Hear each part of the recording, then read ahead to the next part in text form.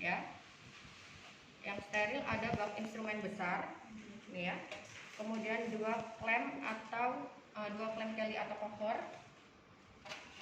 Ini namanya setengah kohor. Kemudian gunting tali pusat,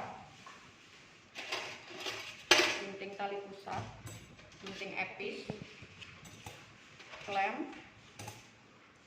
Kemudian setengah kohor, 1,5 pasang sarung tangan DTT. Ini maksudnya steril ya.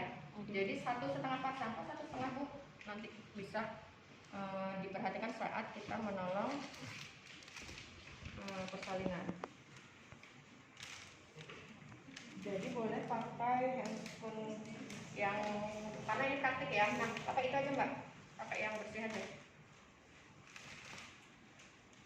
Kalau yang ini sempit, yang pink. Ya, jadi nanti kita siapin handspoonnya itu 3 ya, 1 ini, 2 ini kalau di praktikum ya. Tapi kalau nanti ke VK atau ruang bersalin itu biasanya dia sudah masuk di bak instrumen kemudian disterilkan, jadi keluar udah segala macam ini ada di dalamnya. Kalau ada yang rumah sakit belum menggunakan sterilisasi yang bagus, biasanya dibungkus pakai kain macam lakan seperti ini ya. Jadi siapin 3 sarung, 1,5, kemudian nelatan kateter, harusnya bukan ini. Nah, ini kan kateter. Nelatan kateter mana?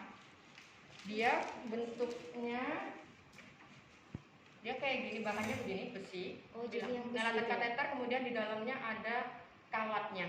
Jadi masuk kawatnya di bawah. Nelatan kateter Kak, minta yoga. Berarti ini ditukar. Ini diulangin.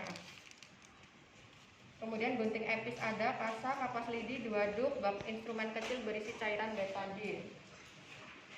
Ini jadi ada di dalam sini 2 kapas lidi, kemudian kasa secukupnya. Ini buat nanti ngelap muka bayinya. Kemudian ada bak instrumen kecil, sudah ada di dalam. Ini duk, ini duknya duk pemasangan kateter nih. Yang nggak bolong ada nggak? Yang kotak biasa. Karena nanti dipakai untuk diletakkan di bawah bokong ibu. Ada nggak ibu yang bokongnya sekecil ini? Ya. Jadi ini ditukar.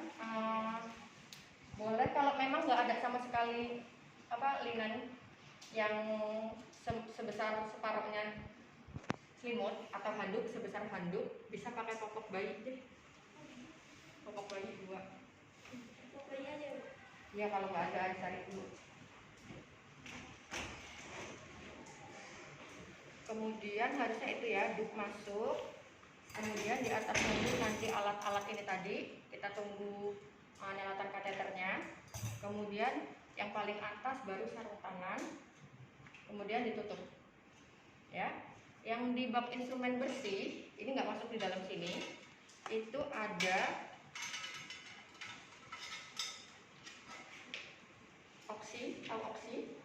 oksitosin supaya kontraksi ibunya bagus, untuk ngeluarin plasenta nanti gunanya. Kemudian ada pad, di sini ada untuk klem tali pusat. Ya, ini bersih. Apa ini bisa masuk ke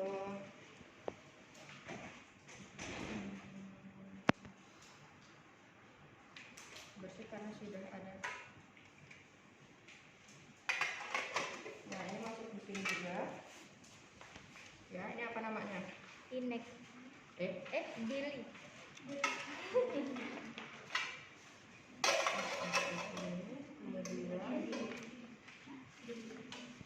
Billy. Ini baru inek. Nah, jadi ini bersih ya. Jadi si dirinya ini nggak masuk di sini karena dia bersih nanti. Ini untuk nyedot sputum dari si baby ya, bayinya. Kita sambil tunggu temennya. Nah, ini nelatan kateter nih. Jadi nanti ini dimasukkan ke uretra. Ingat ya, bukan dimasukkan di vagina. Udah pernah belajar sistem perkemihan. Jadi di di atasnya vagina ada uretra, kemudian kita masukkan ini untuk apa? Untuk mengosongkan kandung kemih. Ada ember, cairan DTT-nya mana nanti nih? Air DTT beserta tempatnya. Maksudnya dia ember aja. Embernya mana tuh Bu? Ini di bawah Bu. Bisa. Kemarin ada deh. Itu nanti untuk di bawah. Ini pakai klorin Bu. Oke. Nah ini masih kecil juga ya. Kecilan ini. Masih kecil. Masih kecil. Udah ada popok nggak itu?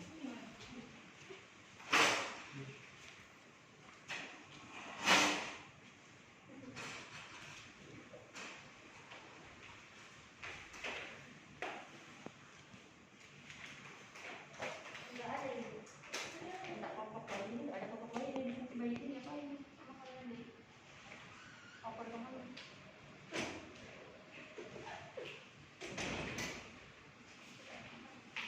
Ini apa tulisannya? Perlengkapan perlindungan masker, apa-apa. Meter, kain ibu pembalut berita waslap karena tidak banyak. Oh memang nggak ada baju bayi ya di sini. Ajar kalian tidak kotor. Oke.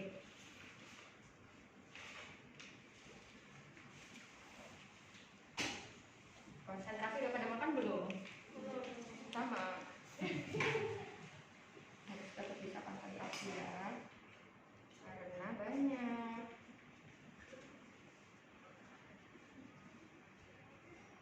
Oke, di pause dulu aja mah sampai sini setelah keluar.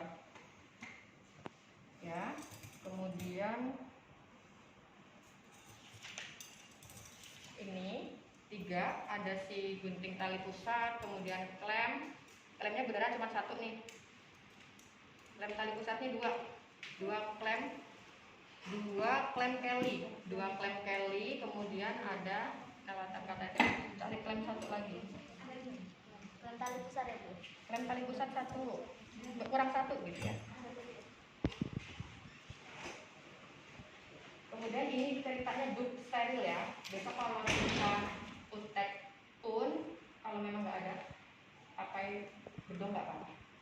Jadi tadi yang pertama paling bawah dup, kemudian di atasnya adalah ada 2 klem, 1 gunting tali pusat dan 1 nelater kateter. Baru dup steril berikutnya.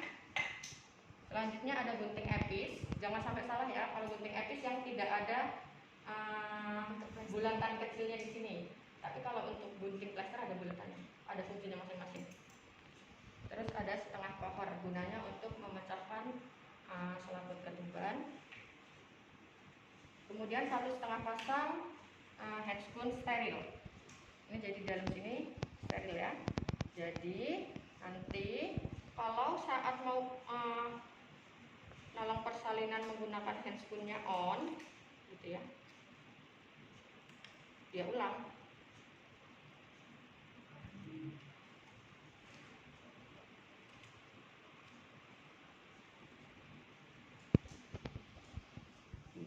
Handscoon sambil nunggu temannya.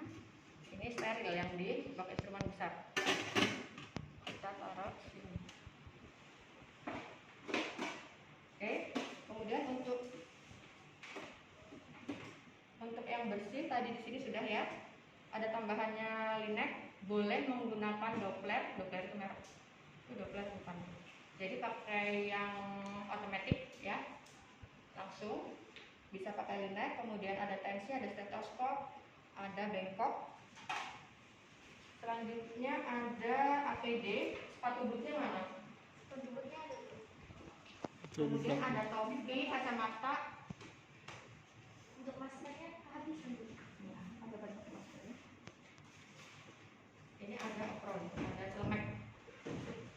Oke, samping sini aja Mbak. Oke, udah pada baca belum SOP-nya? Belum? Apain aja?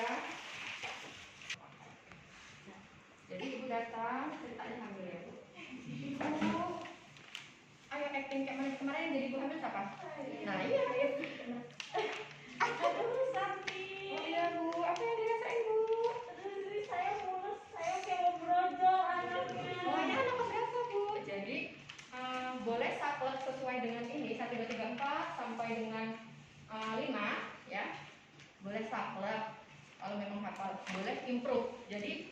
kita menanyakan keadaan pasien sambil pengkajian, ya. Ada pengawasan keadaan ibu hamil, infeksi segala macam.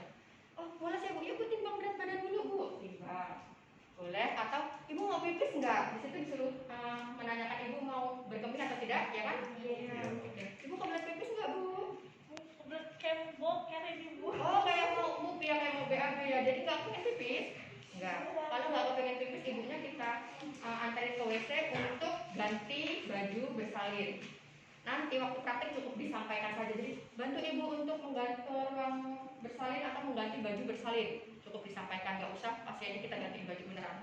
Oke Bu, yuk saya periksa dulu ya Bu, naik ke kasur. Jadi boleh ketukar-tukar ya. Maksudnya gini, ibu mau pipis dulu nggak? Atau yuk Bu timbang dulu. Kalau di situ kan ditanyain mau pipis apa enggak, gitu kan? Atau boleh langsung timbang tinggi badan, baru ditanyain ingin berkemih atau tidak. Selanjutnya kita cuci tangan. Ya, ibu tiduran ya Bu. Nah, dalam pengawasan ini harusnya masuknya ke pempis ibu hamil, ya, di inspeksi dan TTP. Oke, tapi kita boleh mengulanginya lagi atau di TTP beneran.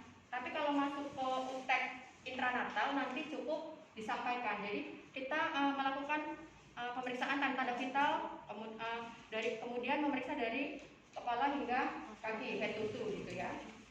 Jadi head to toe. Oke, ini tarik Mbak, tarik. Oke, enggak pengertian ya yang laki ya emang. Jadi nanti yang laki aja. Yang laki nanti yang nolong persalinan ya. Siap-siap. Oke.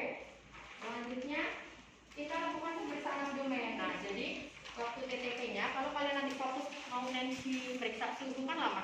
Sedangkan untuk intranatal care itu sendiri, untuk intranatal itu kan kita menolong persalinan, ya, menolong persalinan. Jadi nanti cukup disebutkan saja di dalam ibu mulai kemudian kita bantu ibu untuk naik ke bed bersalin bla bla bla bla. Yang penting pintar ngoceh aja, cepat sama ibu stepnya. Nah, baru kita fokus, makanya kita ditanya sudah pernah diajarkan via daring ya, walaupun via daring sudah diberikan materinya. Bagaimana cara pemeriksaan level 1, 2, 3, 4. SOP-nya belum pernah dikasih. PPT-nya deh. Udah kan? PPT matematika yang Sudah sudah. sudah itu. Monitor level kan? Sudah? Oh, belum?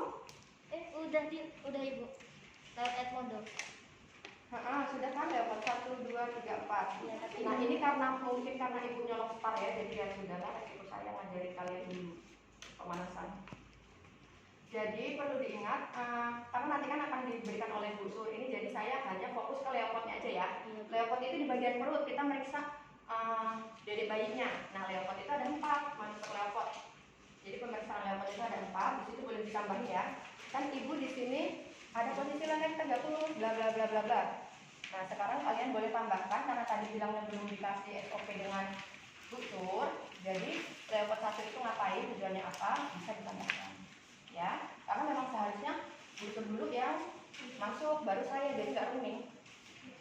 Ini karena kondisi ya daripada saya nggak bisa masuk pas cuti tabrakan kan. Oke, jadi leopot 1 bertujuan untuk menentukan tinggi fundus uteri, ya, mengukur tinggi fundus uteri ibu. Kamu disuppelin apa di sini? Mengukur tinggi fundus uteri dan bagian teratas dari fundus. Bagian teratas dari fundus. Sudah. Level 2 memeriksa bagian kanan dan kiri perut ibu. Di bagian sisi kiri. Hello, apa yang bingung? Jadi level 2 bertujuan untuk menentukan bagian kanan dan kiri sisi perut ibu. Jadi kita mau tahu di bagian kirinya perut ibu itu punggung bayi kah, atau bagian terkecil dari janin maksud saya. Oke, level 3. Level 3 bertujuan untuk menentukan bagian terendah dari janin. Tadi kan yang leopard 1 kita menentukan bagian teratas, ya. Ini fundus namanya di bawah PX ini. Fundus, kita menentukan bagian teratasnya itu bagian janin apa. Kalau di leopard 3 kita menentukan bagian bawahnya. Di mana sih posisinya? Di simplisis ini. Jadi di bagian sini itu kepala janin kah atau bokong? Itu leopard 3. Nah, kemudian leopard 4 adalah menentukan sejauh mana, ya, sejauh mana. Oke, tambahan di leopard 3 tadi ada yang lupa. Jadi untuk menentukan bagian terbawah janin dan apakah bagian terbawah sudah masuk ke rongga panggul atau belum. PAP atau pintu atas panggul itu sama, atau rongga panggul sama. Ya. Rongga panggul atau pintu atas panggul. Itu tujuan di leopard 3. Jadi menentukan bagian terendah janin dan sudah masuk di PAP atau belum. Udah ketemu nih bagian terendahnya, oh ternyata kepala. Oh sudah masuk ke PAP belum ya? Oh sudah. Kalau di dalam intranatal care sudah pasti di leopard 3-nya itu pasti sudah masuk ke rongga panggul. Kalau belum masuk ke rongga panggul ya berarti belum mau beranak, kan? Belum mau partus.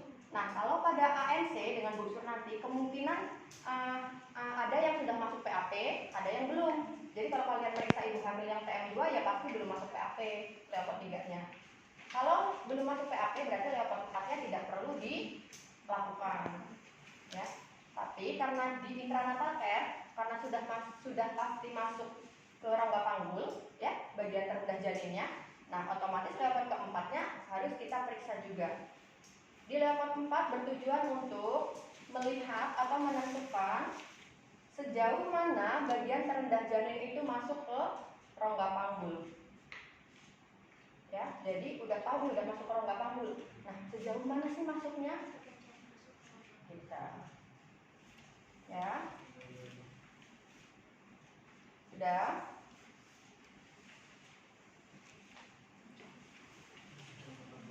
Oke.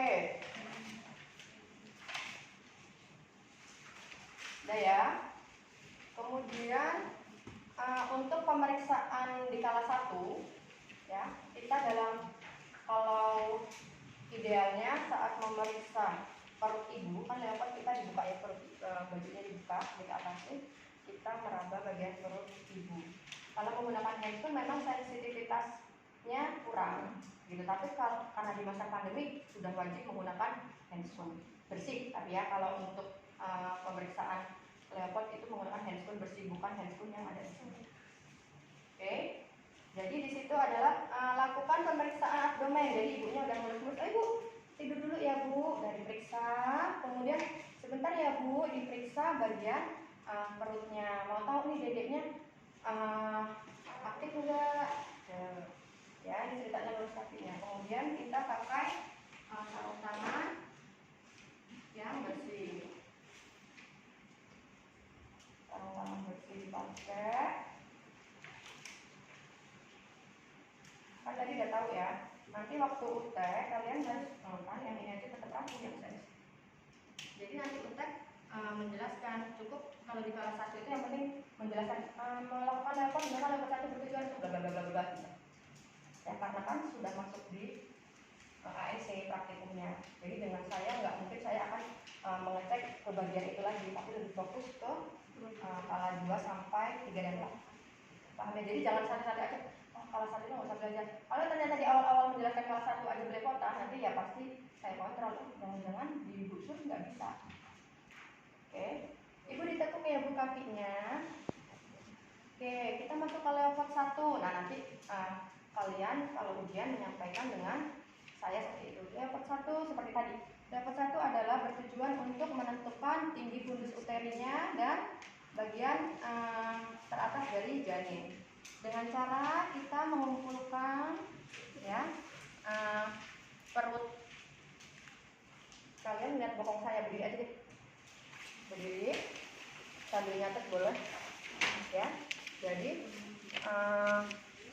mengumpulkan perut hingga ke tengah ya, bagian yang ada di perut. Kemudian ini kan PX. Nah ini namanya fundus, bagian teratas. Setelah itu ini ada yang lupa kayaknya mbak, midline. Sebelum kita mau ukur tinggi fundus udah nggak usah. Jadi nanti waktu mau memeriksa ya, memeriksa leopard-leopardan kalian harus kantongin midline-nya. gitu. Jadi nggak perlu udah ngumpulin nih, ditinggal lagi kemana-mana lagi dedek bayinya kan. Tuh, jadi kalau midline kan bersih, jadi masuk di sini. Oke. Ngukurnya nanti dengan busur diajarin lagi supaya lebih hatam. Jadi sudah kita kumpulkan ya, begini. Kemudian ambil midline, diukur dari 0 sampai dengan simplisis. Agak turunin Mbak. Tetap ditekuk. Nah, sampai dengan simplisis.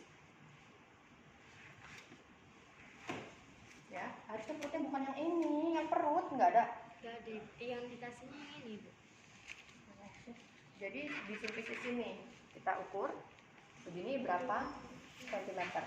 Setelah itu pantengin lagi, diraba. Bagaimana cara mengetahui bagian teratas janin? Apakah begini saja teraba Bu, itu bokong atau kepala? Jadi bisa kita pegang gini atau sensitivitas dari tangan individu seseorang kan masing-masing. Kalau saya sensitifnya di perifer-perifer, jadi lebih tahu mana itu bokong, mana itu kepala. Ciri-cirinya apa? Boleh ditambahkan. Apabila dia teraba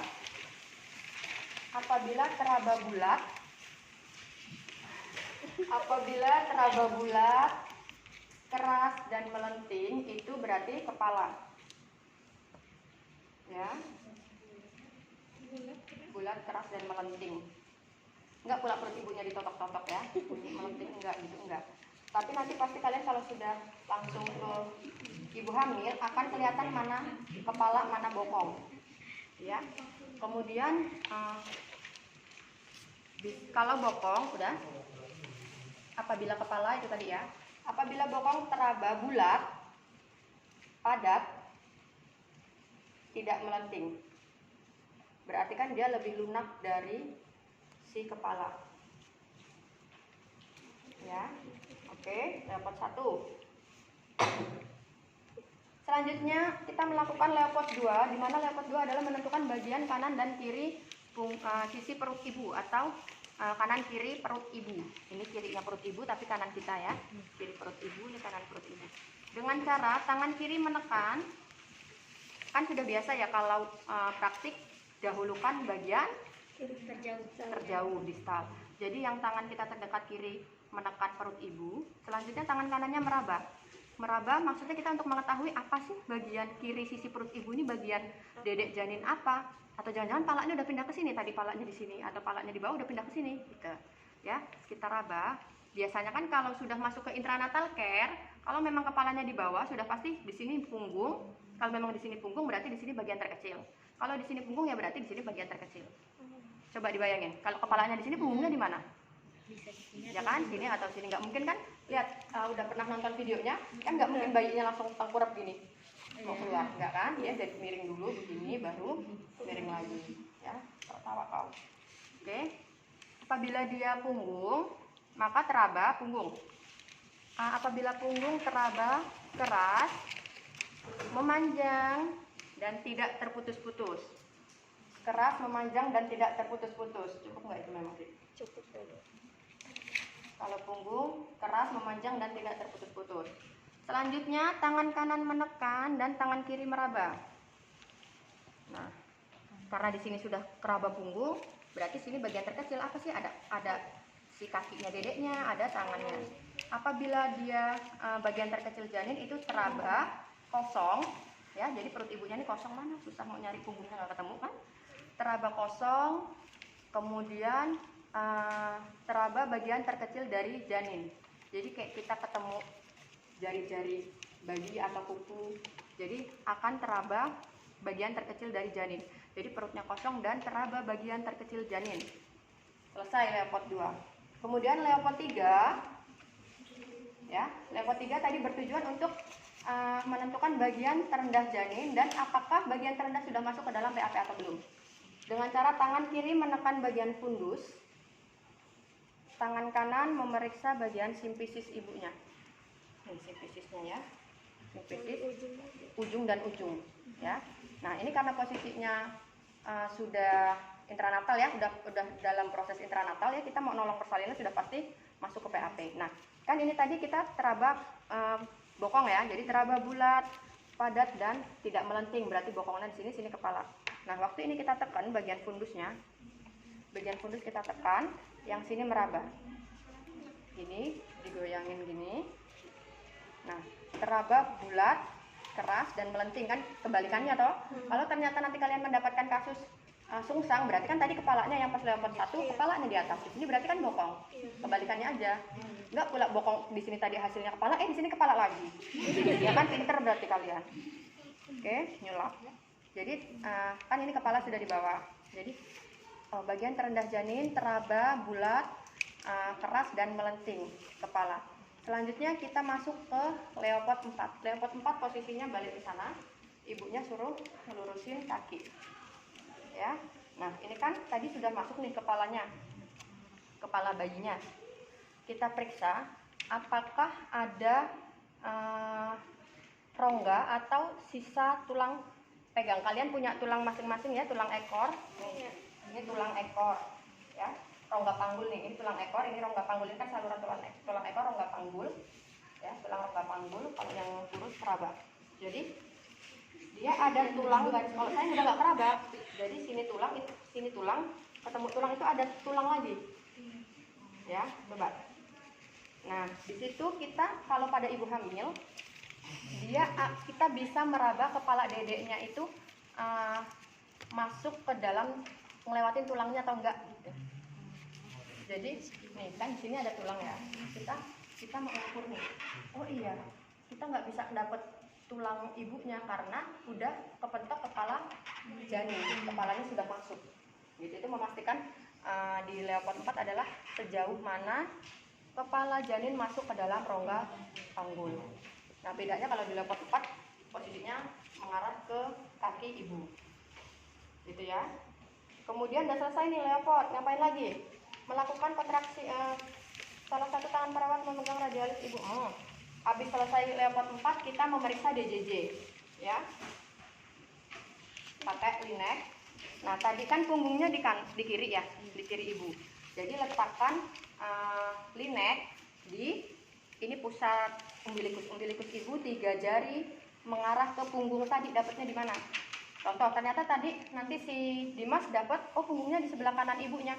Berarti ya dari umbilikus ya, pusat ibunya pusar, berarti 3 jari ke arah sini. Jangan pula dapat punggung di sini mau ngeceknya di sini. Ya, di sini kan kakinya tadi bagian terkecil janin gitu. Nah, karena ibu tadi dapatnya punggungnya di sini, berarti ini umbilikusnya ibu, 3 jari kita pemeriksa berarti sekitar di sini. Ya, kalau kita dapatnya di sana di kiri perut ibu, pindah gitu ya. Nah, oke, ceritanya di sini ya. Jadi begini. Nah, cara meriksanya kalau menggunakan yang manual, linek, ini sudah kita tempelkan, ya. Kita taruh ke telinga gini. Ini taruh enggak, ini taruh tangannya. Setelah nempel di telinganya kalian, ini dilepas. Karena kalau tangan kita masih nempel di sini, yang kedengaran nanti detak jantungnya kita, bukan detak jantung janin. Oke, sudah gini. Nah, kita sambil megang radialis ibu.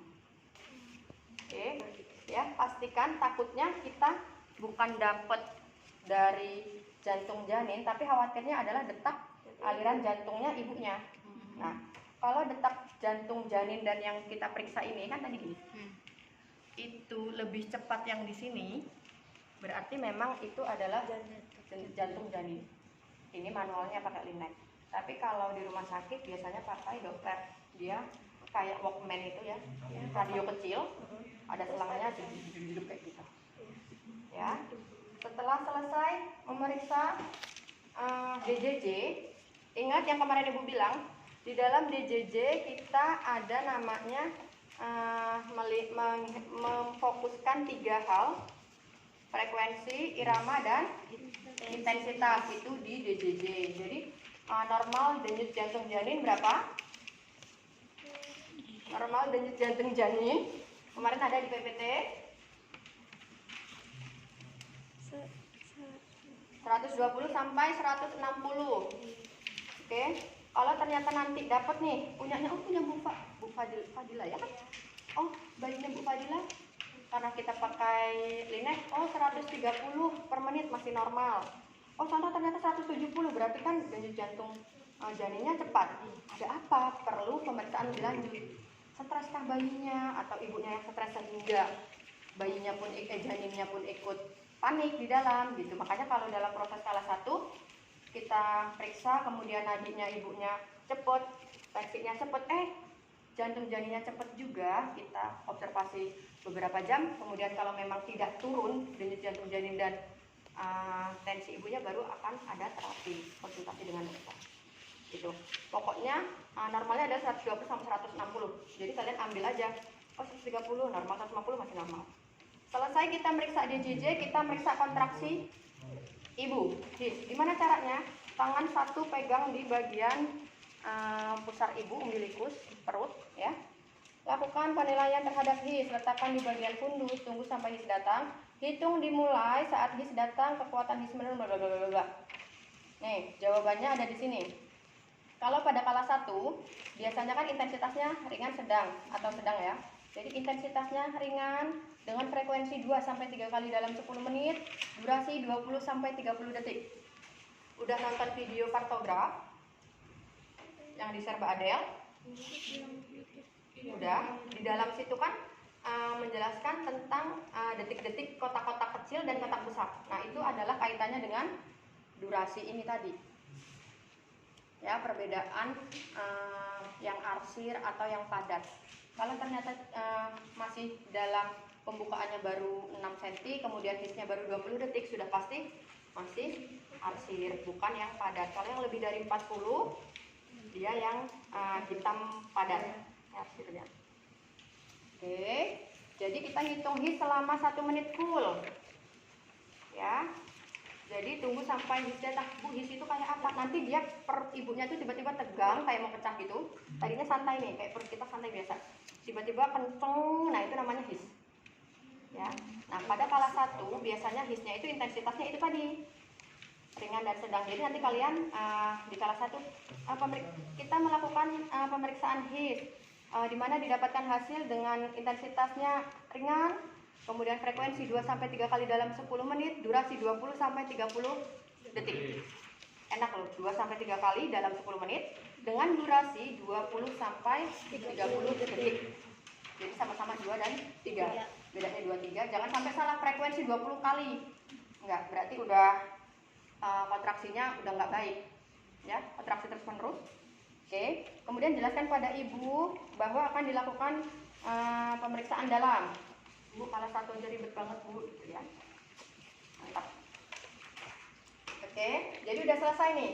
Tahu ya tahapannya, udah Leopold, ngitung DJJ janin, denyut jantung janin. Kalau denyut jantung janin itu perbedaannya dengan si his tadi. Kalau his kan ada intensitas, frekuensi, dan durasi. Kalau pada denyut jantung janin, intensitas, frekuensi, dan irama. Iramanya teratur enggak? Kemudian intensitasnya sedang apa kuat, frekuensinya itu tadi 120 sampai 160 kali. Oke, iramanya teratur atau enggak. Selanjutnya kita melakukan, Bu, mau diperiksa dalam dulu ya Bu, mau dicek udah pembukaan berapa. Oke, Ibu ditekuk ya Bu. Nah, ini baru bangun Mas, ini kamu duduk Mbak, duduk di situ.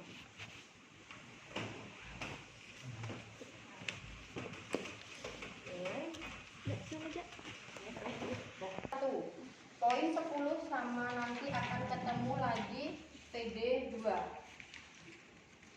PD2 nomor 13. Sama-sama. Jadi 16, hasilnya di 18. Jadi nanti ketemu PD1 dan PD2. Nah, ini kita masih PD1. Pemeriksaan dalam 1 ya. Kita sebelum pemeriksaan dalam melakukan vulva hygiene. Udah pernah vulva hygiene? Belum pernah praktek rumah sakit ya? Ini lagi gara-gara corona nggak jadi praktek rumah sakit kalian.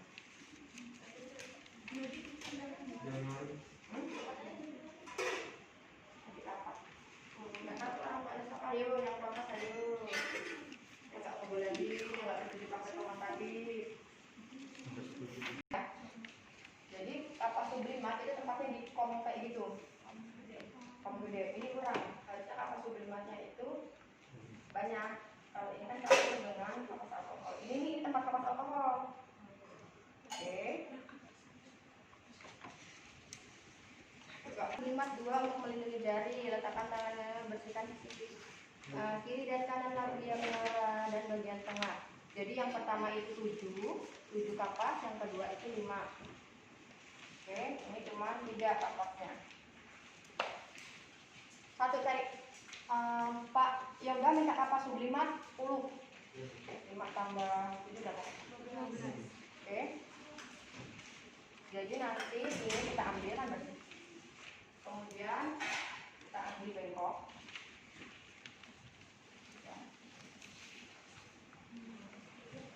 Yang PD1-nya 7 kapas, PD2-nya 5. Soalnya ini kan ada ambil 2 kapas untuk diletakkan di sini dan di sini, ya. Ambil dulu kapasnya.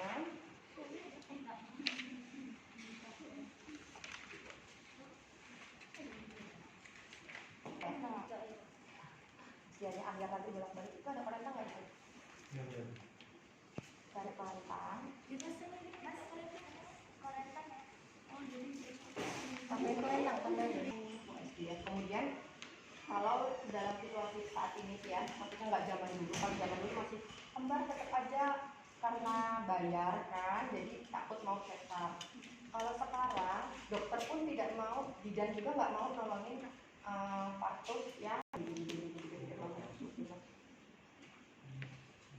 jadi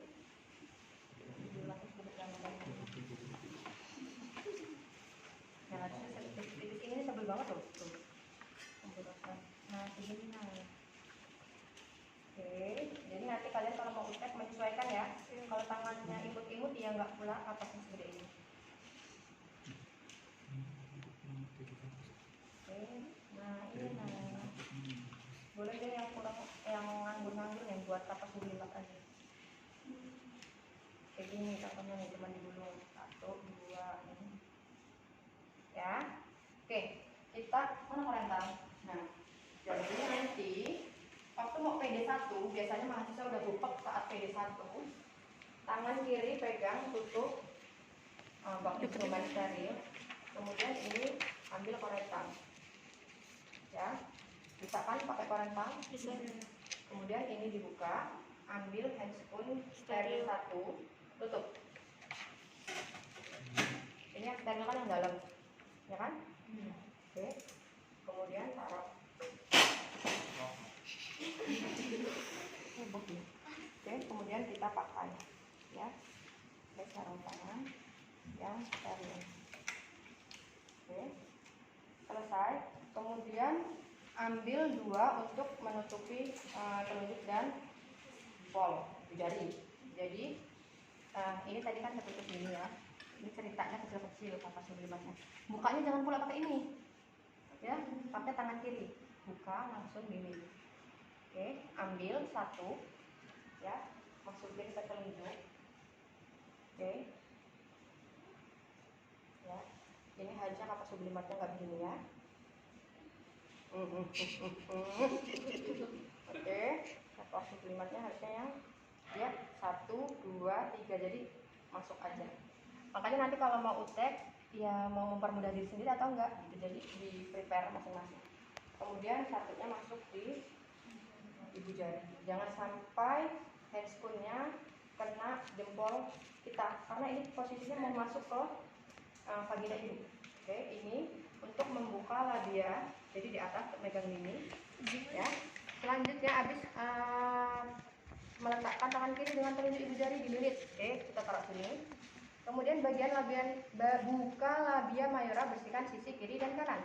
Jadi ini ceritanya di sini ya. Oke, ambil. Jangan satu kapas buat bersihin 2 tempat, ya. Jadi mayora dulu, ini kan mayora ya. Mayora kiri kanan, minora itu yang dalamnya, kiri kanan baru tengah. Jadi nanti mulutnya sambil ngomong membersihkan mayora kiri ibu, kiri buang. Kemudian mayora kanan buang, minora kiri buang. Kemudian minora kanan hingga vulva. Vulva itu dari tengah, bagian tengah sampai dengan anus ibu. Jadi bersihin. Selesai, ya. Buang. Oke. Kemudian jelaskan pada ibu untuk menarik napas dalam bla bla bla bla. Kan nggak mungkin kalau kita mau masukin tangan kita ke organ intimnya ibunya main tusuk-tusuk aja kagak permisi, ya. Jadi biasanya mahasiswa lupa setelah vulva hygiene langsung masuk, oh bu bukaannya masih inilah, kok nggak permisi main masuk-masuk aja gitu. Oke, jelaskan pada ibu untuk menarik napas dalam bla bla bla bla bla. Oke, tangan kirinya di sini, ini masuk. Bu tarik napas dalam ya bu, mau diperiksa bukaan berapa. Nah kan ibunya paham. Kalau kita mau bu tarik napas dalam ya bu, mau dilakukan vaginal touch untuk mengetahui sejauh mana pembukaan, nggak perlu. Pokoknya intinya mau tahu bukaannya berapa gitu ya. Dari tengah masuk, ya, diikuti dengan telunjuk, ya. Kemudian jempolnya ini di sini. Nah, jadi PT itu begini. Jangan karena ini lebar pantom kalian masuk semua PT. Enggak, kalau PT itu hanya 2 jari. Jempol sebagai penyangga, kayak gerbang udah selesai nih sudah. Kalau ternyata sudah sampai ke jempolnya ini udah kena lagi ya, berarti sudah stop, nggak perlu dimasukin lagi gitu. Ya, karena kan untuk pada vagina manusia nggak mungkin tangan jarinya bisa masuk semua. Jadi begini, tengah dulu masuk, kemudian diikutin dulu, ya. Kemudian kita sebutkan, nih harus hafal nih. Menjelaskannya adalah porsio tipis lunak, pembukaannya 5 cm, ketuban positif teraba seperti air dalam balon keras, atau boleh ketuban positif gitu aja boleh. Kepala bayi berada di hot 2 sejajar dengan hot 1 setinggi bagian bawah sifisis. Persentasinya kepala dengan posisi ubun-ubun kiri atau kanan depan, ubun-ubun kiri depan gitu boleh. Kemudian cabut, jalan lahir tidak ada halangan, tidak ada mekonium dan darah. Tidak ada mekonium, adanya darah dan lendir. Bu harus nyebutin semua hafal ini ya. Jadi hasil PD1 adalah porsio tipis lunak. Ya. Porsio tipis lunak pembukaan 5 cm, ketubannya positif. Kepala berada di hot 2 sejajar dengan hot 1 setinggi bagian bawah sifisis. Kemudian presentasi kepala, ubun-ubun kanan depan atau kiri depan boleh kan, atau ya? Mau kalian mau nyebutin ubun-ubun kiri depan boleh, kanan depan boleh. Walaupun kalian salah, karena kan kalau punggungnya di kiri berarti ubun-ubunnya di kanan atau kiri?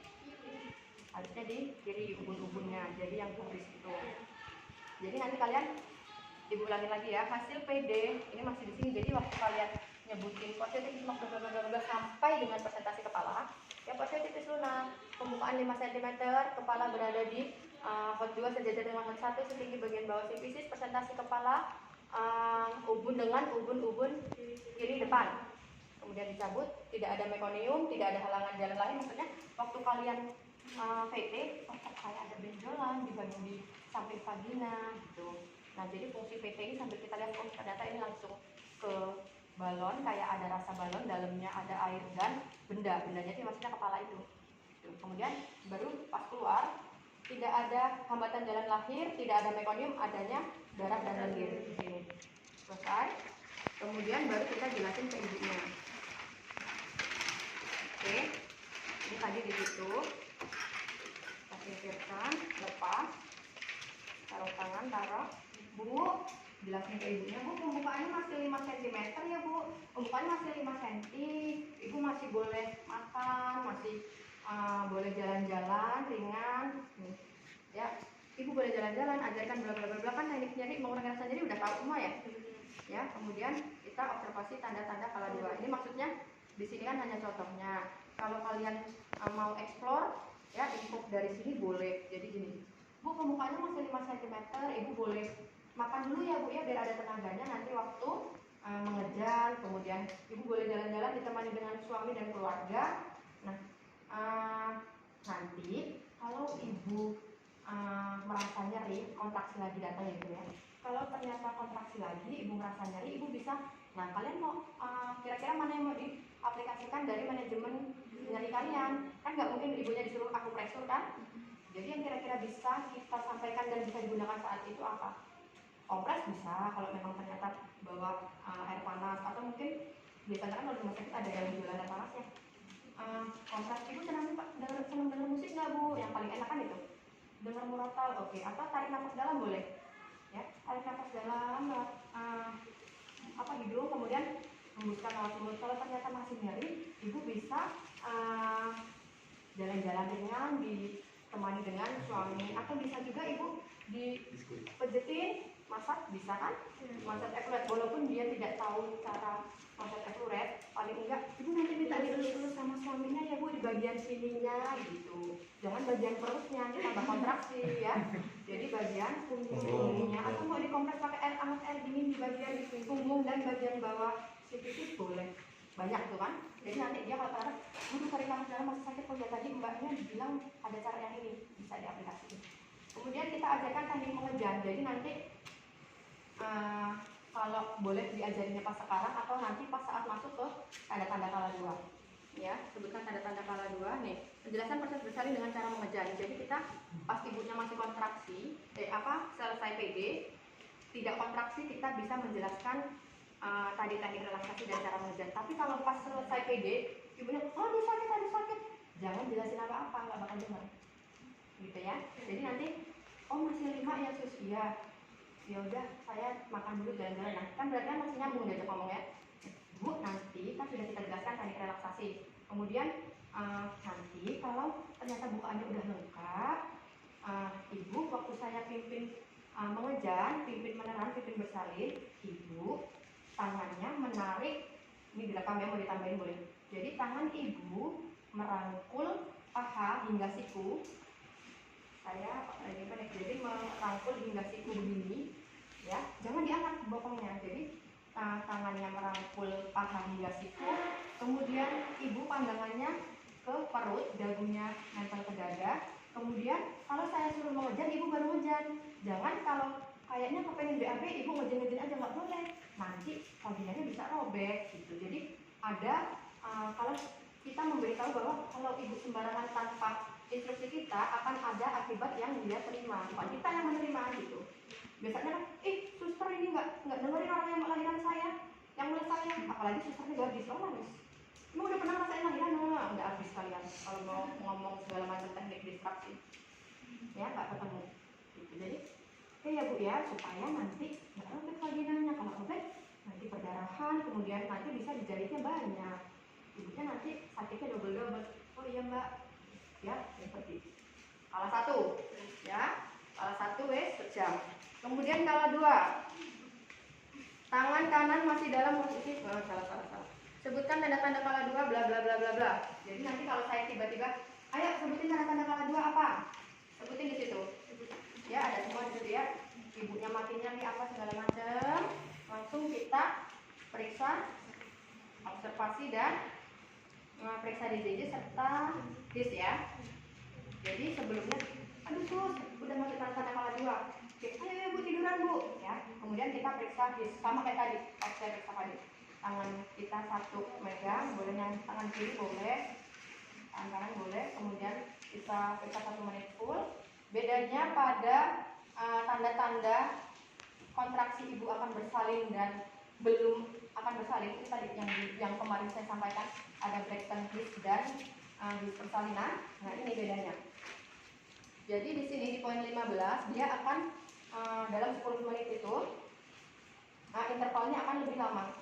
Ya, ibu hasil dari pemeriksaan kontraksinya adalah intensitasnya kuat, kemudian frekuensinya 5 sampai 6, kalau ini 4 sampai 5, bahkan ada yang sampai 6 kali dalam 10 menit. Jadi kita dalam 10 menit itu meriksa tegang perut ibunya itu bisa lebih dari 5 kali.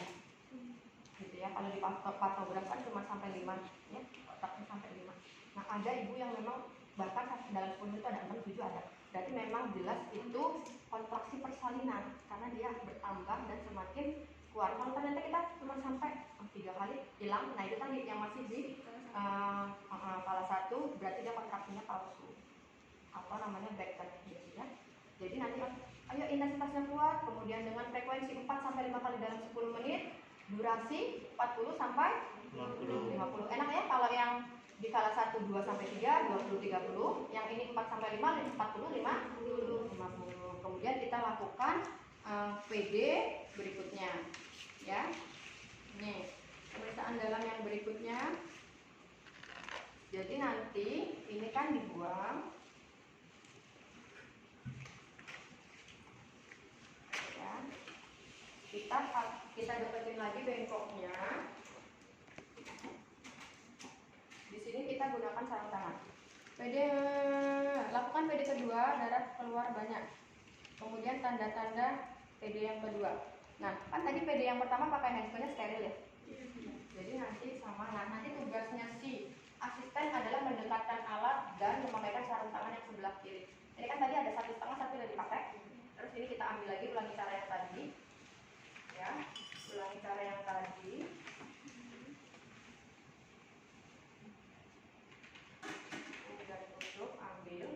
Tapi bedanya kalau yang ini nggak pakai jarinya, nggak perlu dililitin sama kapas yang sebelah kiri, ya. Dibaca coba.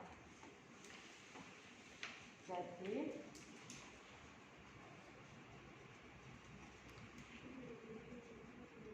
tangan kirinya ke belakang. yang tadi tangan kirinya boleh ke belakang, boleh megang fundus, ya, yang PD1. Oke, ceritakan tanda-tanda kala 2. Nah, ini sama kayak tadi. Ini yang tangan kirinya buka. Lihat ya, ambil 5 buah untuk membersihkan, ya. Langsung ambil 5. 1 2 3 4 5. Tutup, geser. Ya, ini udah 5. Sama. Jadi bedanya adalah kalau yang tadi 2 untuk melapisi jari yang ini kita di belakang. Kita bersihkan mayora terjauh, boleh kalau daripada bingung mayora kiri kanan gitu. Mayora terjauh, mayora terdekat, kemudian minora terjauh, minora terdekat, kemudian vulva hingga anus. Oke, Ibu tarik nafas dalam ya Bu, mau diperiksa lagi. Oke, tanda-tanda pembukaan lengkap adalah posio tidak teraba, ya kan? Posio tidak teraba, pembukaannya lengkap, ketuban menonjol, ketuban positif. Kemudian kepala berada di hot 4 sejajar dengan hot 1, 2, 3 melalui oscoccygus.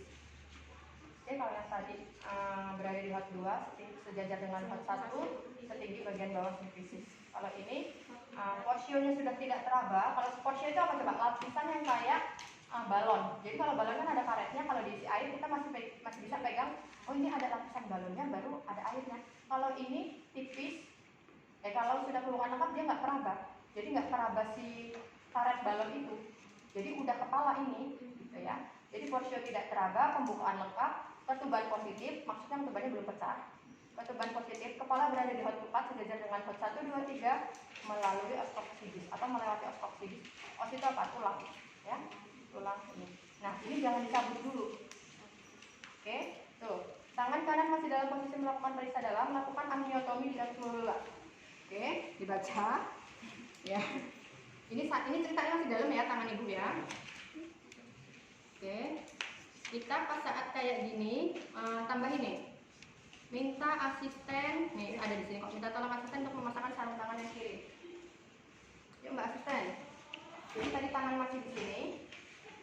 Ayo Pak, siapa? Fadil. Siapa nih? Adil boleh. Jadi deketin dulu. Boleh deketin alatnya, boleh pakaiin sarung tangan. Kayak tadi ngambilnya, ya.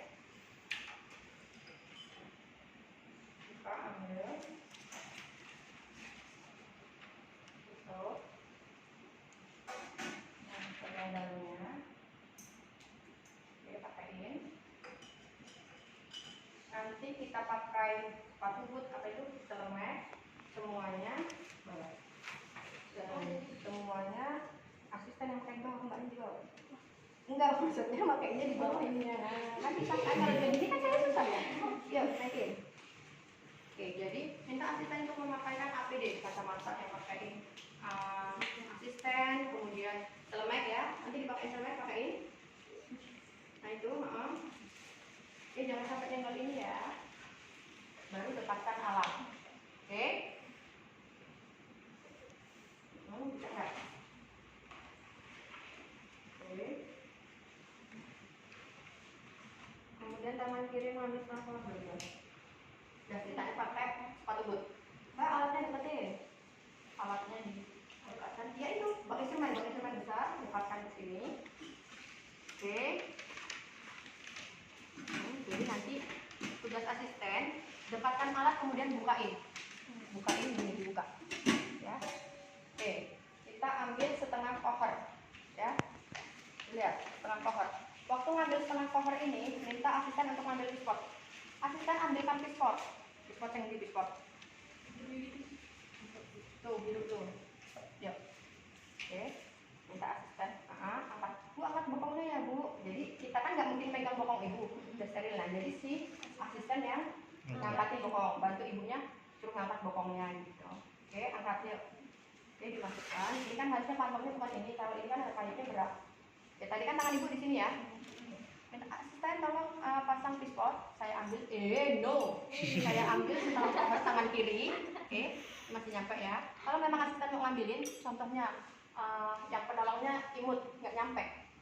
Jadi diambil sama asisten tapi pakai korentang. Oke, ambil.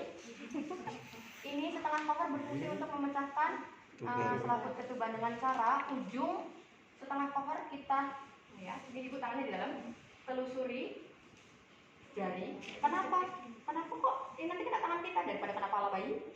Oke, ya enggak pula telusuri sampai ke tusuk tangannya, enggak, cuman maksudnya oke, di sini pegang, dijepit sama si telunjuknya. Kemudian tangan kirinya, kan ini tangan ibu di dalam ya, muter, diputar. Kemudian baru pegang, kita olesin, kita senggol aja, gitu. Dia tipis banget. Kesenggol dikit aja langsung keluar semua si air putih. Ya, jadi tangannya ibu di sini ya, ini ya, ini. Jadi setengah covernya harus menghadap ke penolong, telusuri, kemudian dijepit sama si telunjuk tadi, diputer, ya, yang muter tangan kirinya, kemudian yang mecahin cuma diputer gitu aja, kita pecahkan, kemudian kita balik lagi ke sana. Kenapa kalau nggak dibalik? Kalau nggak dibalik langsung kita tarik ke sini, waduh, bisa vaginanya itu yang kena, ya. Kemudian kita balik ke sana, ini, mana tadi? Nah itu fungsinya si ember di sini ada cairan desinfektan, buang ini. Tangan ini tadi kita luaskan selaput ampionnya. Jadi kan tadi pecah tuh balonnya, kita lebarin. Oke. Kemudian minta asisten, Mbak ambil Mbak pispotnya, kita cek. Apa sih yang dicek dari air ketuban? Ada warna, kemudian jumlah, ya, sama bau. Baunya gimana? Bau busuk berarti ada sesuatu di dalam. Atau ternyata air ketubannya kok dikit? Atau ternyata air ketubannya banyak? Ya, cukup. Berapa air ketuban? Berapa cc? Kemarin berapa liter? Bingung.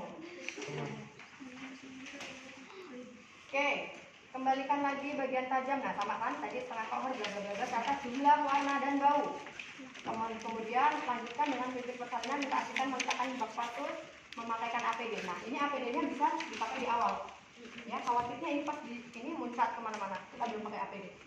Ya, lakukan pimpin persalinan, asisten menyiapkan kantong kepala bayi bla. Lakukan episiotomi. Oke, tanda-tanda kalau kepala bayi mau keluar adalah crowning. Di stabilo, crowning. Crowning adalah nih, crowning itu nih, kepalanya udah begini. Udah, ibunya tuh nanti udah masuk lagi. Ini namanya crowning. Dia sudah di vagina kayak gini. Kalau sudah begini, kepalanya sudah menutupi jalan lahir, itu namanya crowning. Jadi dia sudah di vagina begini, udah nampak lagi. Ya nggak begini juga, paling udah ngeliat nih rambut. Kan nggak mungkin toh bagi gundul begini aslinya, pasti ada rambutnya. Jadi ini kan tulangnya sutura sagittalisnya. Jadi sudah crowning itu berarti sudah berada di sini. Ya, tadi tanda-tanda ibu kala 2 kan? Kalau di teori anusnya mengembang membentuk huruf D, perineumnya mengembang, jadi si pulpa itu maksudnya mengembang, membuka semaksimal mungkin. Nah, salah satunya adalah kalau bayi mau keluar crowning. Oke. Episiotomi jika perlu, ambil buk persalinan bla. Oke, jadi waktu kita epis, ya, ini kan ada yang tumpul, ada yang tajam. Karena kita mau melakukan epis, jangan yang tajam ini yang masuk ke vagina ibu. Jadi fungsi dari gunting epis satu tumpul satu ada bagian yang tajam adalah untuk masuk ke sini. Coba kan tadi udah crowning nih, kepala dedeknya di sini. Nah kita mau gunting di samping sini. Kalau ini yang masuk, sobek kena kepala dedeknya kan. Nah jadi waktu kita melakukan episiotomi caranya seperti ini. Jadi tangan kita itu melindungi boleh gini senyamannya. Jadi ini kan tadi bayi ini kan karena pantom ya, jadi kita geser aja dia. Udah nggak bakal kena. Nanti kalau beneran mau geser itu nggak bisa. Nah ini di sini tulang mau geser mau masukin bayi ke dalam lagi ya nggak bisa kalau ada tekanan dari sana. Jadi kita bisa tahan pakai jari. Paling nggak kalaupun kena ya tangan penolong gitu. Mungkin luka baret gitu. Jadi kita sebelum menggunting di sini kan ada, nah harusnya kapas lidinya tadi taruh atas satu boleh. Kapas lidinya di sini satu. Jadi di sini sudah ada cairan betadine. Jadi tadi waktu minta si asisten buka, Mbak sekalian diisi betadine boleh, ya. Jadi begini kan nggak mungkin betadine disterilin, ya, sudah ada betadine sih. Kita kasih betadine karena untuk apa? Kita akan menggunting bagian badan seseorang. Kalau kita tidak memberikan antiseptik, nanti resikonya infeksi. Memang ini steril, tapi kan tetap harus ada desinfektan. Jadi contoh kita mau gunting di bagian mediolateral, buang. Ini nggak buangnya di sini ya, ini bengkok, baru ambil.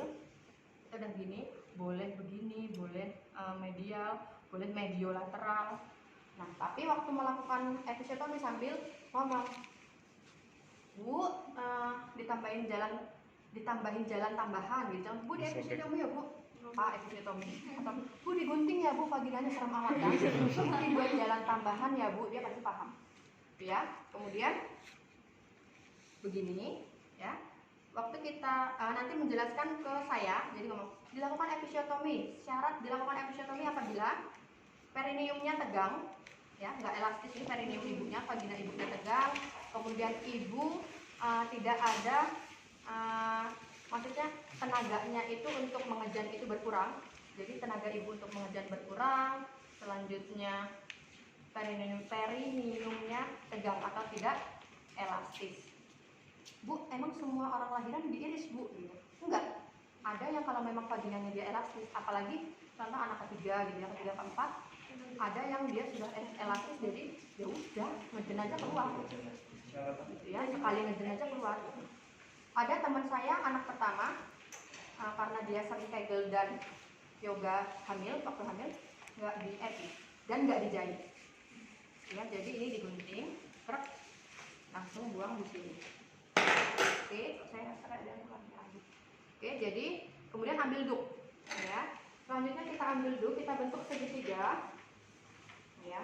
Bu, tangannya kira ini di dalam terus enggak? Waktu ngambil duk nggak mungkin asisten. Duknya dibuat segitiga gini, kayak mau jilbaban. Kenapa Bu kok tangannya di dalam? Oke, supaya apa nih? Ya, rasional. Ibu diangkat ya Bu, bokongnya. Nah kan kita nggak kena bokong ibu. Diangkat Bu. Oke, ini bokong ibunya tajam banget ya Bu. Oke, udah gini. Baru kamu yang dorong bayinya ya. Selanjutnya kita mulai pimpin persalinan. Ya, ambil dulu ya, siapa tahu ibunya. Oke. Kepala turun hingga kepala. Nih, poin ke-7. Ya, 6-7 pimpin ibu bersalin. Nah, kita tangan kirinya menahan di bagian simplicis, vagina atas. Gunanya agar menekan vagina ibu supaya tidak terjadi ruptur vagina. Bayangin, ini vagina, kemudian di sini ada uretra untuk pipis, baru ada klitoris, ya, klitoris. Nah, sedangkan bagian yang kalau nanti nggak ditahan nih, logikanya nih, bahasa gaulnya, ini kalau nggak ditahan, uretranya, maksudnya yang sobek cuma vagina, uretranya sobek, klitorisnya juga ikut sobek. Sedangkan kalau pada perempuan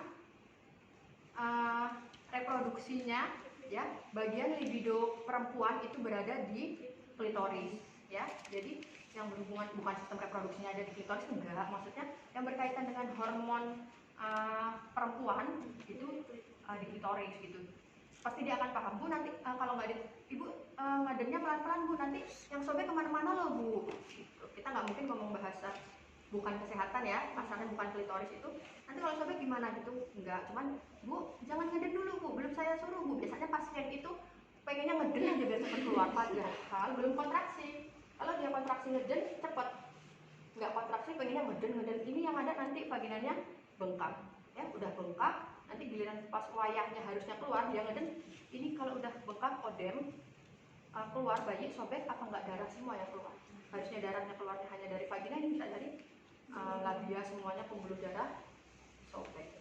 Oke, tahan. Ibu ngeden ya Bu, tarik nafas dalam terus ngeden Bu, ayo Mbak dorong. Oke.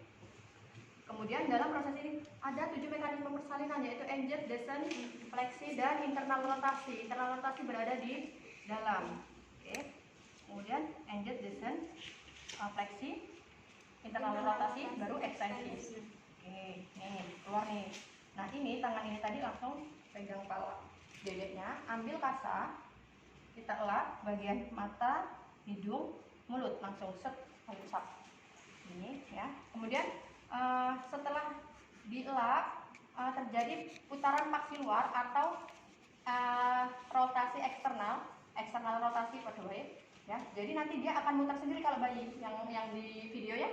Ya diputar Mbak sama Mbak.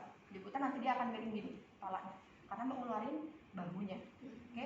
Kemudian tangan penolong dalam posisi biparietal. Oke. Kemudian mengeluarkan bahu atas, selanjutnya bahu bawah, jangan sampai bayinya keluar pegang kepala. Oke. Jadi nanti waktu keluar nih, pas waktu biparietal, masuk dulu deh. Biparietal ya. Jadi mengeluarkan bahu atas, selanjutnya diikuti bahu bawah. Ini cepet banget prosesnya. Jadi kalian kalau nggak tanggap tak mencolot lah bayinya. Ya, licin. Jadi begini, bahu atas, bahu bawah. Kemudian kita tangan kirinya langsung yang ini megang testeknya gini, ini menyusuri. Dilanjutkan proses ekspulsi, yaitu mengeluarkan bayi keseluruhan. Langsung diletakkan di perut ibu. Besok bayinya jangan diputar-putar, besok kan pasti akan keluar gini langsung di sini. Tali pusatnya panjang. Ini ya. Harusnya bukan perut ini. Oke, selesai. Nah, sudah selesai nih kala 2. Kala 2 selesai. Kemudian kita minta asisten untuk menyuntikkan oksitosin 10 unit, bukan 10 ampul ya. 10 unit, itu 1 ampul maksudnya. Jadi suntikin bohongan aja Pak. Suntik pahanya aja. Paha sebelah kiri. Ya, suntiknya di paha. Ya. Kemudian seputar. Ya. Jadi nah, ini ngapain di kala 3? Ya. Kala 3 kan kita ngeluarin ini plasenta. Ibu gimana mau dikeluarin masih nyangkut sama dedeknya. Nah, jadi dalam proses kita bersihin bayi ini, di situ kan kemarin yang terakhir saya share di Edmodo ada yang slide terakhir itu Apgar score, ya. Kita lihat Apgar score bayi. Tuh. Pada menit pertama, kemudian dan 5 menit berikutnya. Menit pertama di poin 13, 5 menit berikutnya di poin 17. Kenapa kita mau lihat? Gimana gerakannya, warnanya, ya. Dia nangis enggak atau pakai gitu aja, berarti kan pernapasannya mungkin ada yang terganggu. Di situ nanti dilihat lagi PPT-nya, jadi boleh deh kalau mau kreatif PPT-nya di print, ambil yang di print belakangnya aja, tempelin di sini. Jadi kalian nanti akan tahu, Apgar score itu normalnya, ya, normal bayi yang dikatakan sehat itu dari jumlah berapa sampai berapa, ya. Kalau di sini kan ada nih Apgar score menit pertama biasanya dia masih 8, contoh masih ada yang pucat-pucat, ekstremitasnya biru segala macam. Kemudian 5 menit berikutnya sudah lebih baik, ya, 15. Contoh kalau Mbak Ibu salah nih, ya, nanti sambil dicek Apgar score. Oke, setelah itu kita ngapain? Dili minta ambilin sama asisten. Mbak Dili, ya, Dili Mbak. Oke, jadi waktu itu yang bulat. Oke. Nah, ya itu benar Dili. Oke, itu namanya Dili ya. Menggunakan Dili, jangan dimasukin baru dipencet. Ya, dipencet dulu. Oke, logikanya dong. Ini kita kepesin kayak kita kalian mainan sedotan. Ya kalau mau nyedot air kan ditutup dulu, dimasukin, kita lepas, naikkan, sama ini kita pencet dulu, masukin dulu ke hidung. Bu, kenapa hidung dulu? Kalian kalau pilek ingusnya sampai ke tenggorokan enggak? Ya kan? Enggak. Ya kan? Bersihkan ini, kalau kalian bersihkan mulut dulu, nanti yang kotoran dari hidung akan ada lagi di mulut gitu. Jadi pencet dulu, bersihkan hidung, sedot, bengkoknya kan di sini ya, buang. Lubang hidung berikutnya, buang di bengkoknya. Ini nggak boleh megang bengkok ya. Peka, maksudnya harus peka. Kemudian mulutnya, ya, buang. Enggak buang, ditaruh dulu. DTT. Selanjutnya kita mengurut nih, kalau mau motong tali pusatnya kita menarik dari 5 sampai 7 cm, 5 cm dari pusat bayi begini, kemudian diklem ya. Diklem. Oke, ini dipegang klemnya tangan kiri. Ini bayinya boneka, harusnya kan yang paling berat itu kita urut lagi dari klem yang pertama itu 2 sampai 3 cm. Paham? Udah diklem, diurut. Ini darah semua ini di sini. Diurut supaya nggak ada darahnya. Coba kalau nggak diurut, waktu kita gunting darahnya muncrat nggak? Nah, logikanya. Jadi ini kita pegang gini. Bu, ngapain dipegang sih, Bu? Ya bayangin aja kalau kalian punya benda di sini, dijepit, gantung-gantung ada benda yang berat, kayak apa rasanya ya? Ini bayi nggak berhenti nangis. Oke, kita ambil klemnya 2 sampai 3 cm, kemudian klem. Oke, klem. Kita buka dulu ya. Klem dulu 2 sampai 3 cm ya, ini panjang banget kok. Oke, klem. Baru gunting. Ini gunting tali pusat. Gunting. Pakainya cuma untuk gunting doang sekali kan? Oke, selanjutnya ini kan udah lepas tali pusatnya ya. Kan harusnya ini nggak diginiin, nggak ditali. Ini kan ada jepitannya nih. Rusak ya.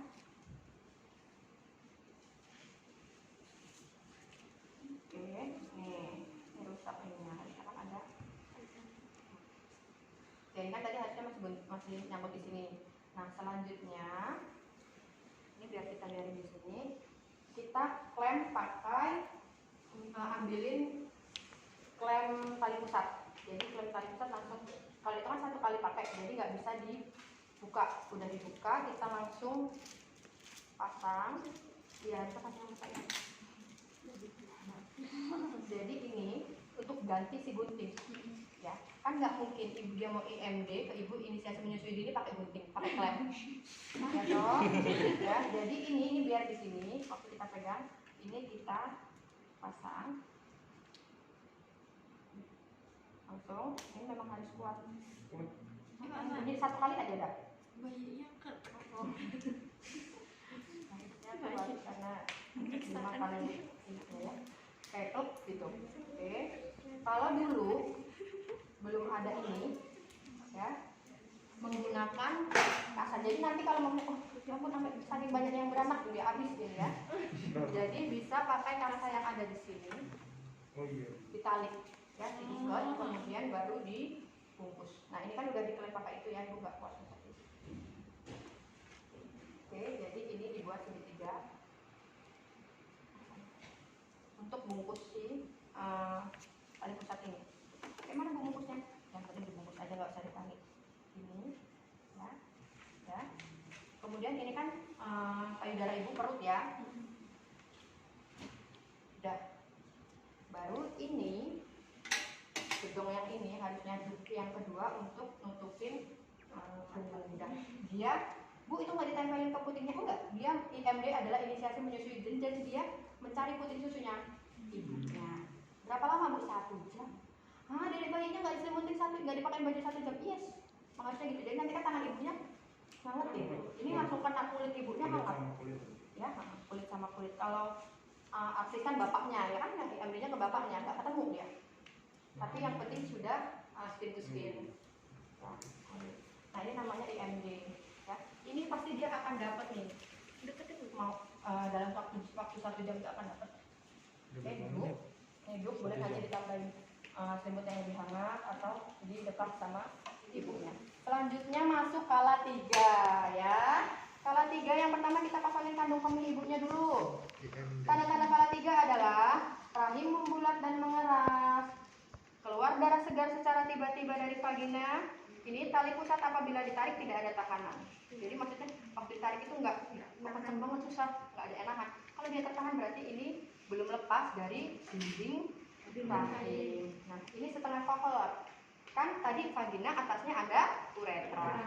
Atau kenapa kalau harus dikosongin dulu Bu? Supaya tidak pas posisi kita mengeluarkan plasenta ibunya pipis, atau lebih memudahkan kita mengeluarkan plasenta karena tidak ada tekanan pada bladdernya. Oke, jadi kita kosongin. Caranya gimana? Pispot lagi Mbak. Pispot. Ya, angkat ibunya, angkat bokongnya ya Bu. Kemudian ini tangan kanan masukin ke uretra. Oke, udah. Ini kan ini ada bolongnya. Jangan cuma masukin sampai sini doang. Enggak pula keluar pipisnya, nanti kemana-mana yang ada pipisnya. Oke, ini kan bolongnya ya. Oke, atau ini ada. Biasanya masuk dah. Ini diambil. Terus pipis ya.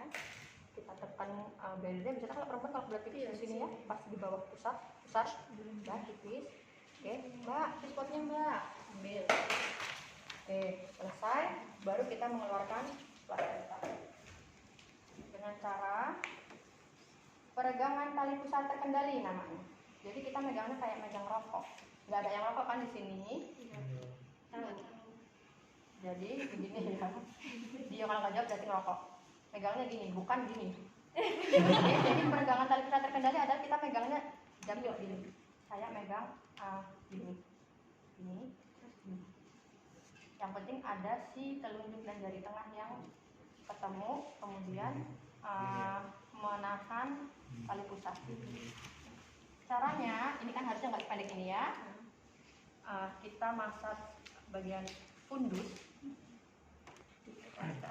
Bu, kok fundusnya pindah di sini Bu? Kemarin tadi fundusnya di sini.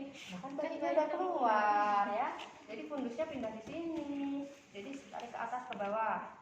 Oke, ini kan memanjang. Nah, ini kita pegang.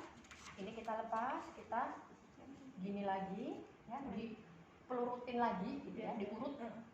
Kemudian ini kita klem lagi, didekatkan klemnya. Di situ ada SOP-nya. Itu SOP-nya kombinasi dengan Bu Rizka yang buat untuk kala 3, mungkin lebih penjelasannya banyak. Intinya seperti ini. Kemudian sama lanjut gini lagi. Nah, baru kita tangkap plasentanya ya. Ini kita taruh. Nah, caranya kita putar gini. Jadi plasentanya kan berjatuh. Dia kayak martabak mini itu. Kita putar karena di sini ada selaputnya kayak kalau kita pernah motong ayam, bersihin ayamnya, jadi udah dipotong-potong nih sama ibu cuma cuci.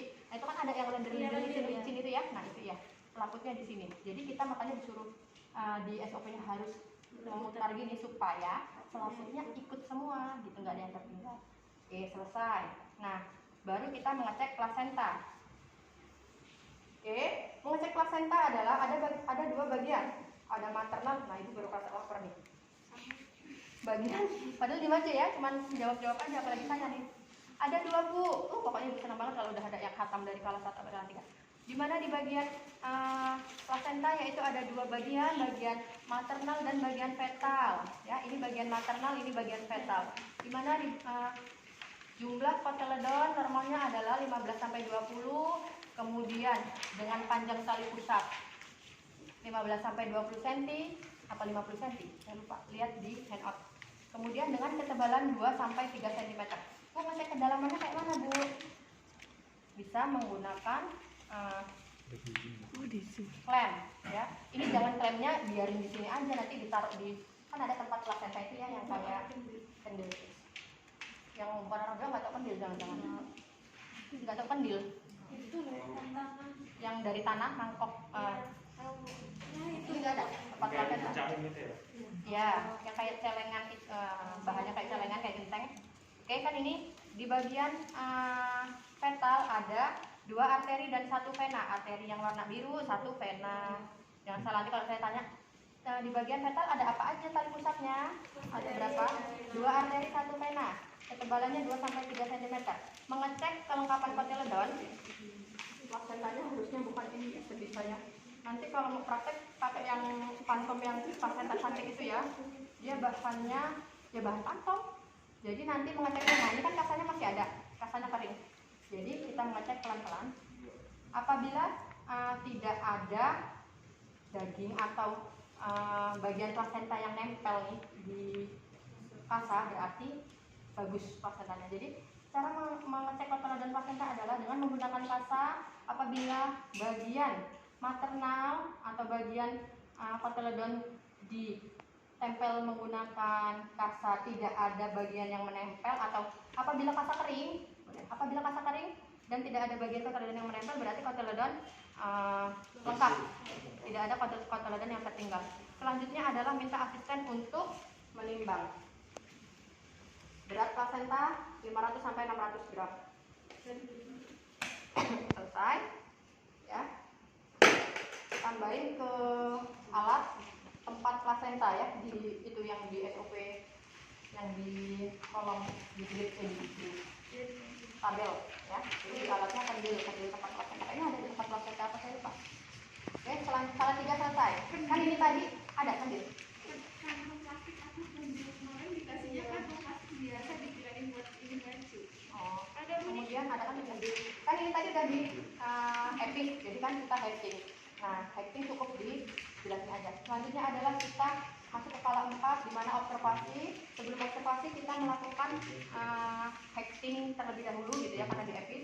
Kemudian kita membereskan alat, membersihkan. Ibu diminta untuk ganti baju, maksudnya ganti kan ini pakai sarung, dia biasanya kita ganti yang bersih semuanya.